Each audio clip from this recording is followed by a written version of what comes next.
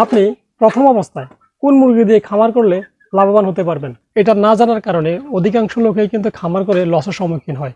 তো আমি আমার অভিজ্ঞতার আলোকে আজকে ইনশাআল্লাহ আপনাদের সাথে কিছু বিষয় শেয়ার করব যে কোন মুরগি দিয়ে খামার করলে প্রাথমিক অবস্থায় আপনারা লাভবান হতে পারবেন।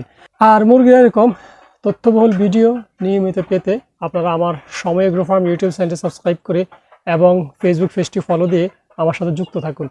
আপনি যখন খামার দিতে যাবেন, খামার দেওয়ার আগে আপনি এটা নিয়ে রিসার্চ করেন যে আপনার এলাকায় কোন মুরগির বাজার সবচাইতে ভালো, কোন মুরগির চাহিদা সবচাইতে ভালো, ঠিক আছে, ডিমের চাহিদা ভালো, বাচ্চার চাহিদা ভালো বা মাংসের মুরগির চাহিদা ভালো, ওইটাকে আপনি যাচাই বাছাই করবেন।